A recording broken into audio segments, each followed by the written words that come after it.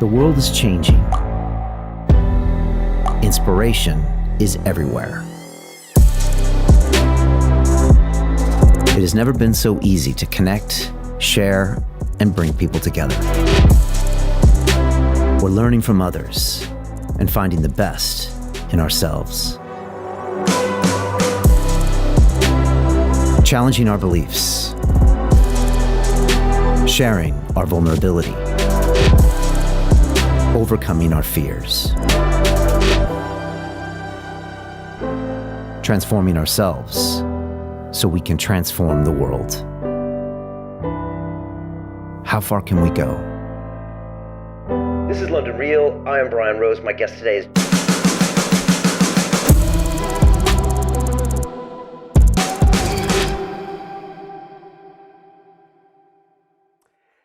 This is London Real. I am Brian Rose. My guest today is John Kiriakou, the former CIA officer, counterterrorism expert, author, and whistleblower. You worked for the CIA from 1990 to 2004, notably as the chief of counter-terrorist operations in Pakistan due to the 9/11 terror attacks. Here, you refused to participate in the training of enhanced interrogation techniques, later identified as a torture program. In 2009, with an interview with ABC, you became the first former government official to confirm the use of waterboarding against al-Qaeda suspects. And in 2012, you were charged with leaking classified information to journalists and sentenced to 30 months in prison. As a result, you lost friendships, your job, and were vilified in the mainstream press. Today, you focus on fighting for human rights and supporting those that face similar consequences, and you ultimately believe there are things we should never do, even in the name of national security, and the U.S. government should stop participating in immoral and unethical practices. John, welcome to London Real. Thank you so much for having me. It's a pleasure. Looking forward to jumping into it. I think you once said, I'm a patriot. I love my country. I want it to succeed, but I think it's making a lot of mistakes. And I'd love to get your opinion on kind of what's happening in the world. I think I'll start off with a situation that's close to home over here, and that's the war in Ukraine. And I was just wondering, what is your take on what's happening there? We're 500 some days into it. Mm-hmm. The US is pumping tons of money, tons of weapons into that. We recently saw this Wagner quote unquote coup happen. You know, you work for Sputnik Radio, and so maybe you know a few things about Russia that we don't. What is your take on the situation as we see it now? I've got a take that isn't terribly popular either at work or amongst my friends. My position is, look, if we're going to be supporters of peace, then we have to be supporters of peace. I understand why the Russian government took the decision to enter Ukraine. I understand that the United States was behind a coup, a soft coup in 2014. But if we're going to be peaceniks, then we have to oppose war, period. And so on the day of the invasion, I said on my radio show, which is on Sputnik Radio here in Washington, it's a Russian government-owned radio network. I said at the start of the show, I unequivocally oppose the Russian invasion of Ukraine, and I urge Russian troops to leave Ukraine immediately. With that said, I equally strongly oppose U.S. and NATO intervention in Ukraine. We told the Russian government repeatedly, and I'm talking about President Bill Clinton, President Barack Obama, we told them repeatedly that we would not support Ukrainian membership in NATO. And we never meant that. We were lying to them to placate them. And so knowing that that was a Russian red line, we did it anyway. And we started talking to the Ukrainian government about entering NATO. We promised the Russian government that we would not allow NATO to expand to its borders. And we did repeatedly with the Baltic states, for example, and Poland. So to then point the finger at the Russians and say, this is all a result of Russian hegemony, of Russian imperialism, is disingenuous. I think at the very least, everybody should be sitting at the table and we should be trying to negotiate a settlement to this thing. Well, why do you think the Biden administration has seemed to go kind of all in on this war? Yeah. I mean, is it something as simple as, you know, it's easy to get reelected in wartime? As a matter of fact, I think there's almost like 100% correlation. Or is it much deeper? because they've really grabbed on to this. And, if it seems like one of their core platforms is that we are fighting for whatever reasons, and we're going to take this all the way. Not always the party of war in the past. And just curious on why you think they did that. And was it obvious they would do that from the start? I think that's a very important question. And I think the answer is severalfold. Number one, yes, you're correct. I think this was a strategic re-election move. Number two, and I don't mean to sound cynical, but I really believe this. I think that Joe Biden, like every other president, is constantly thinking about his legacy. Every president, for better or worse, wants to be a wartime president, right? That's how you enter the history books, is as a wartime president. And we were pulling out of Afghanistan after 2 decades. We were pulling out of Iraq after nearly 2 decades. What better way to make a name for yourself for generations to come than to take on one of the world's greatest powers in Russia, and to do it for what you say is the right reasons. So I think that's a part of it as well. And one of the things that's utterly perplexing to me is what you've just alluded to, and that is the flip that we've seen in the Democratic Party, where the Democratic Party used to lead demonstrations in the streets in opposition, for example, to the Vietnam War. It was the Democrats who came out in opposition to the little tiny mini war that we had in Grenada in the early 1980s.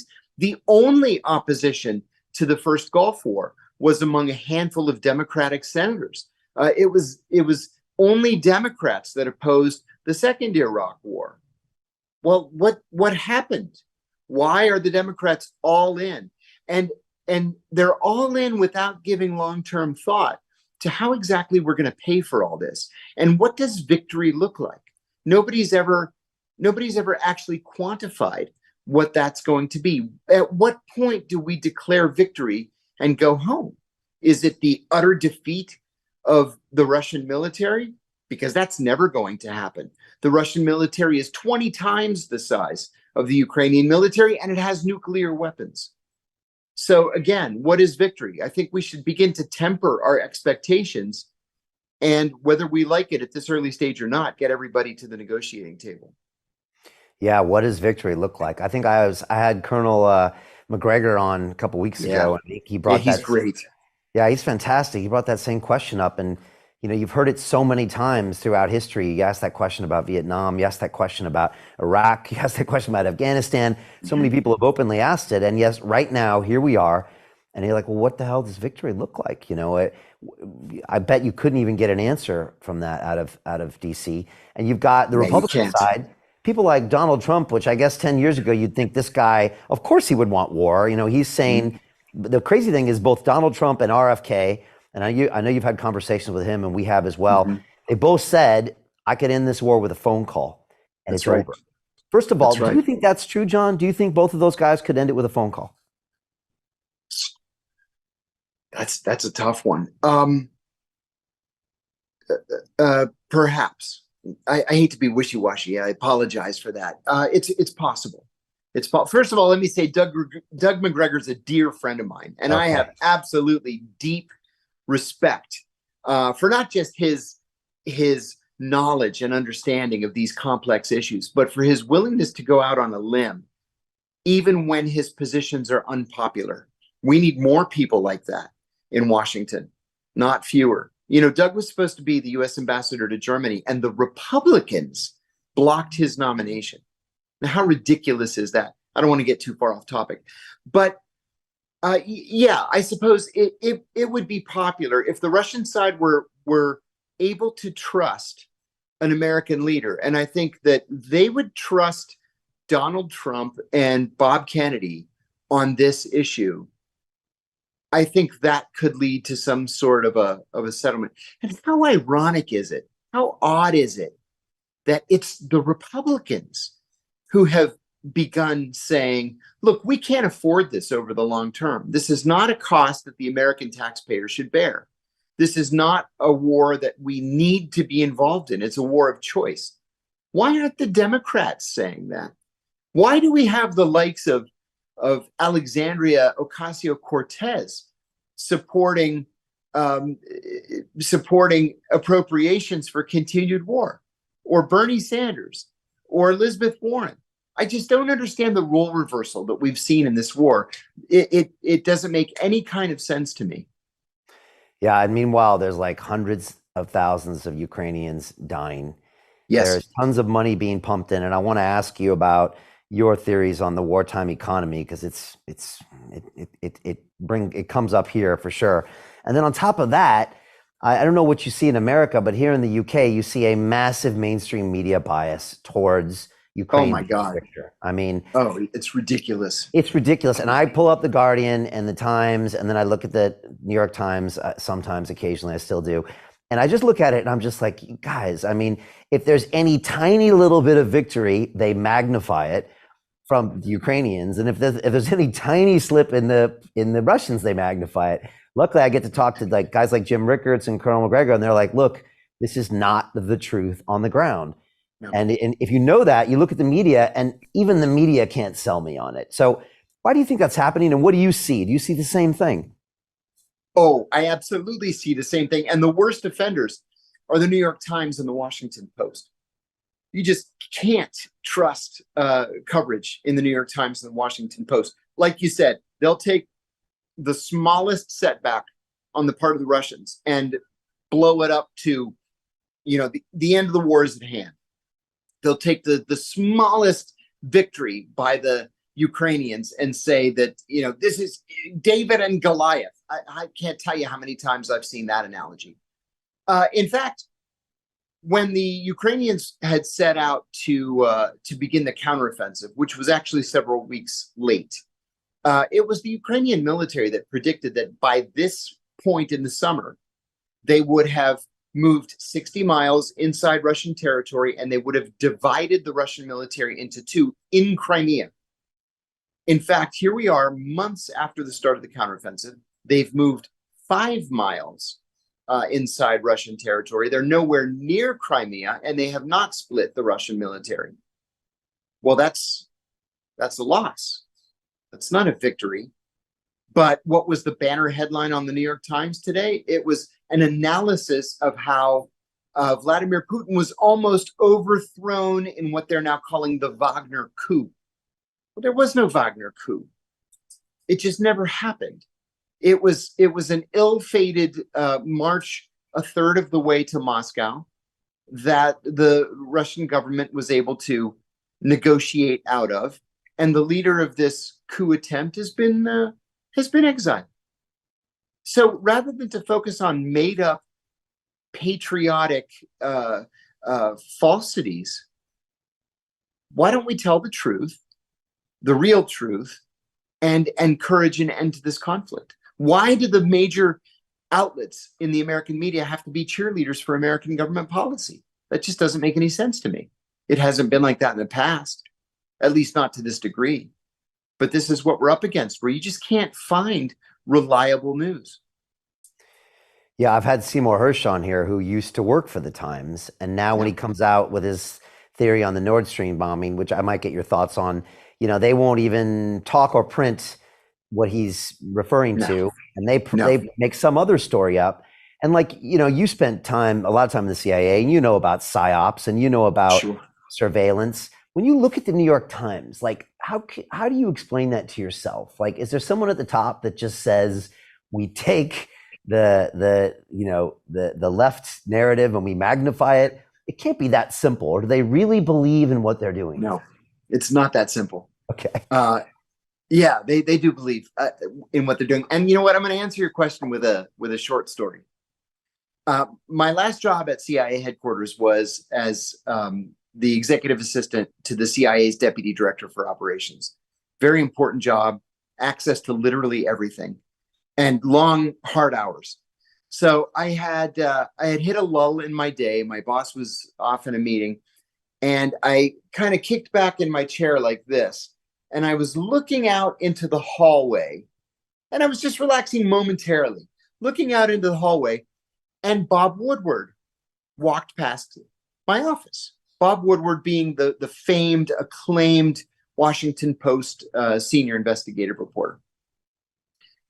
And my brain didn't believe what my eyes had seen. So I said to the secretary, "Hey, was that Bob Woodward that just walked past the office?" And she said, "Yeah." I said, "Without a security escort, Bob Woodward is just walking the halls of CIA headquarters." And she said, "Oh, you didn't see the director's email?" And I said, "No." She said, "Yeah, they gave him free rein. He's writing a book, and we've all been ordered to cooperate with him." Well, I refused. I mean, like, one of the holy of holies at the CIA is that you never, ever talk to the media for any reason. Well, I came to learn that, of course, you talk to the media when you know the media are willing to carry your water for you. You know exactly who to leak to, and who you're going to leak to are Bob Woodward at the Washington Post, Joby Warwick at the Post, David Ignatius at the Post, and a half a dozen people at the New York Times. And then there are a couple of other people, you know, NBC News and the LA Times and Wolf Blitzer at CNN, because they're going to report exactly what you want them to report. So it's not as clear cut as most Americans believe. I'll give you another example. I was only on the job for a couple of weeks. This was in 1990, and I saw Wolf Blitzer walking the halls with a camera crew, no less, and no security escort.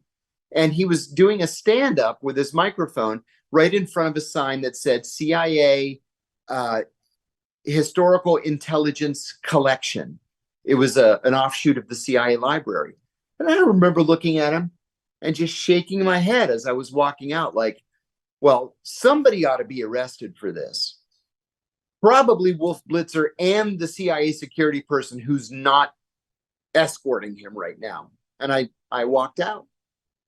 But this kind of thing happens all the time. You know, we like to think that there's this Chinese wall between the CIA, and especially senior CIA officers, and the American media. And in fact, they're in bed together. Wow. And it was funny because I talked to Seymour about his theory on the Nord Stream bombing. And then a couple weeks later, I saw the New York Times article again with this. I mean, when you hear the details that Seymour gives you, and then you see the New York Times article, it was this wacky theory about some Bulgarians that rented a boat and went down there. And I was just like, look, I'd never spent any time in CIA headquarters, but it didn't take an expert to realize that story sounded like somebody fed it to them. Ridiculous. And they just printed it up just to satisfy some things and just keep it moving. And it was just had a bunch of holes in it that even I could see from 1 hour with Seymour. So, but I guess the American public doesn't really know any better. They read it, they keep moving on. And so this is a psyops that works. You fool most of the people most of the time. And so it proceeds. One of my closest friends used to be a boss of mine when I was on a 2-year rotation to the State Department. So he's a very senior former State Department official. In fact, I'm going to have dinner with him tonight. And when this explosion took place on the Nord Stream pipeline, I called him and I said, we had to have done this, right? I mean, it couldn't be anybody else. It had to be us. And he said, no, the Russians did it. And I said, you think the Russians blew up their own pipeline? What could they possibly have to gain by blowing up their own pipeline? Well, he said, it would be embarrassing for us. I said, Don, with all due respect, that doesn't make any kind of sense at all. And I talked to Cy Hirsch about it. And I said, this was us, right? And he said, well, it could be us. It could be the Ukrainians. And I said, yeah, if the Ukrainians had a mini sub that would allow them to go down there. But do they even have that kind of technology? I mean, we're the only ones that have that kind of technology that I know of. When I say we, I mean the United States and NATO. I just don't get what anybody else on the other side would have to gain from something like this. And sure enough, Cy was mostly right. If it wasn't us, it was the Ukrainians. We all suspected it.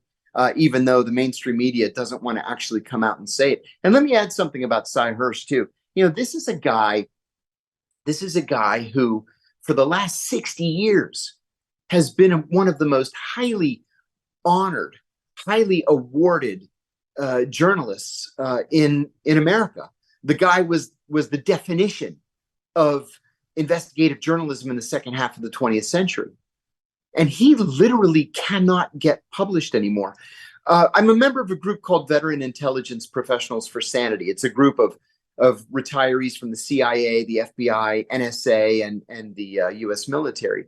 And we give an award every year called the Sam Adams Award for Integrity in Intelligence. We gave the award to Cy in 2017, and he complained then that he was under such pressure from the mainstream media here in the United States that the only place he could get his pieces published was in the London Review of Books, which is great. It's highly respected, but nobody reads the London Review of Books. They might have a few thousand subscribers. Now, here we are 5 years later, and he can't even get himself published in the London Review of Books. And so he's had to take to Substack to publish himself and to get the truth out there. That's how bad things have gotten here in the United States. Yeah, if there was ever a perfect example, it's that. I mean, again, look at what he did with My Lai Massacre. I mean, this is a guy. I mean, this is a guy who had, you know, he's shown that he has a commitment to journalism and to integrity enough to where, you know, he was hated and vilified by the military, but he brings that same ethics to what he's doing today, and now that these same publications won't touch him. And it's like Cy hasn't changed, the media has, right? Oh, you're exactly right. Yeah. The media has changed. We've changed as Americans. Like, can you imagine, for example, the United States ever being able to point to someone, some media figure, and say, you know what? He's the new Walter Cronkite. Walter Cronkite's dead and gone. There will never be another Walter Cronkite. There will never be another media figure that a majority of Americans has respect for, to the point where every 4 years people say, you know what would be really great is if Walter Cronkite would run for president. That will never, ever happen again. Never. Wow. Because there's nobody with that type of integrity in that space anymore. Yeah. That person doesn't exist. It's a brand new world. I guess at least we could see it happening, you know, with people like Cy. And I know he's had some success on Substack, which is great. And I always love talking to him. He's my only guest that rocks in a rocking chair while he talks, and it doesn't matter because everyone watches him. So yeah, look, that's great to see. Just to finish, how do you think this plays out with Russia? Like, what do you think happens, especially if you take it all the way up to the election? At the CIA, in our analysis, we used to use this term all the time, muddling through.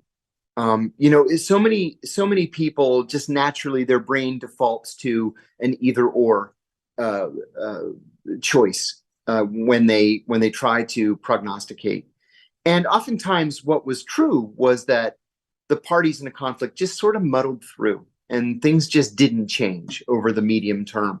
And I think that that's what we're looking at here.